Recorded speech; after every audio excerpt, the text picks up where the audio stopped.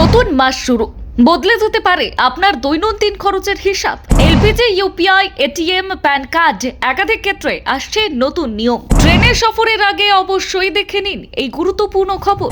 Solar panel ব্যবহারকারীদের জন্যও রয়েছে বড় আপডেট। আর মাত্র কয়েক ঘন্টার অপেক্ষা, তারপরেই শুরু হবে নতুন মাস। আর প্রতি মাসের মতো এবারও 1 জুন থেকে দেশের সাধারণ মানুষের জীবনে প্রভাব ফেলতে পারে এমন একাধিক নিয়মে পরিবর্তন আসতে চলেছে। রান্নার গ্যাসের দাম থেকে শুরু করে এটিএমে টাকা তোলা, ইউপিআই পেমেন্ট, প্যান কার্ডের নিয়ম, ব্যাংকের সুদের হার কিংবা ট্রেন পরিষেবা, বিভিন্ন ক্ষেত্রে নতুন সিদ্ধান্ত কার্যকর হতে পারে। তবে আগে থেকে এই বিষয়গুলো জেনে রাখা জরুরি, না হলে পরবর্তীতে অপ্রত্যাশিত খরচ বা নানা ধরনের সমস্যার মুখে পড়তে হতে পারে। সবচেয়ে বেশি নজর থাকে এলপিজি সিলিন্ডারের দামের দিকে। প্রতি মাসের প্রথম দিনেই তেল বিপণন সংস্থাগুলি নতুন গ্যাসের দাম ঘোষণা করে।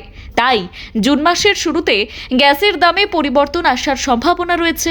আর গত মাসে বাণিজ্যিক গ্যাস সিলিন্ডারের দাম বৃদ্ধি পেয়েছিল, যার ফলে হোটেল, রেস্তোরাঁ এবং ছোট ব্যবসায়ীদের খরচ অনেকটাই বেড়ে যায়। এবার সাধারণ গৃহস্থালির রান্নার গ্যাসের দাম বাড়বে না কমবে, সেদিকেই নজর রয়েছে কোটি কোটি গ্রাহকের। যারা আগামী কয়েকদিনের মধ্যে গ্যাস বুক করার পরিকল্পনা করছেন, তাদের নতুন মূল্য তালিকা একবার দেখে নেওয়া উচিত। এদিকে এটিএম ব্যবহারকারীদের জন্যও গুরুত্বপূর্ণ খবর রয়েছে। বিভিন্ন ব্যাংক এটিএম সংক্রান্ত নিয়মে পরিবর্তন আনতে পারে বলেই জানা যাচ্ছে। বিনামূল্যে লেনদেনের সংখ্যা, অতিরিক্ত টাকা তোলার চার্জ এবং দৈনিক উত্তোলনের সীমায় বদল আসতে পারে। ফলে যারা নিয়মিত এটিএম ব্যবহার করেন, তাদের নিজেদের ব্যাংকের নতুন নির্দেশিকা সম্পর্কে খোঁজ খবর রাখা প্রয়োজন। অন্যথায় অতিরিক্ত চার্জ গুনতে হতে পারে। ডিজিটাল পেমেন্ট ব্যবহারকারীদের জন্য আসছে নতুন নিয়ম।